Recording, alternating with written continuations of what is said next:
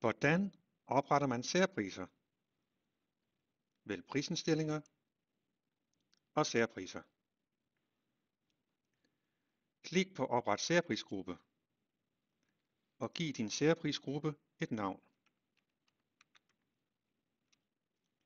Indtast en tidsperiode, hvis særprisen ikke skal gælde ubegrænset. Så klikker vi igen.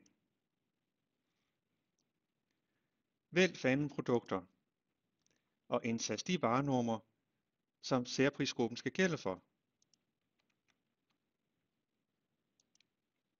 Indtast en pris og eventuelt det antal, kunden skal købe for at opnå prisen.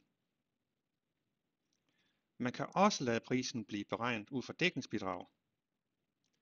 Det anbefaler vi, hvis man har leverandørintegration.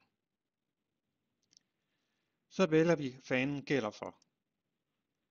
Her vælger vi de kunder, som skal have gavn af særprisen.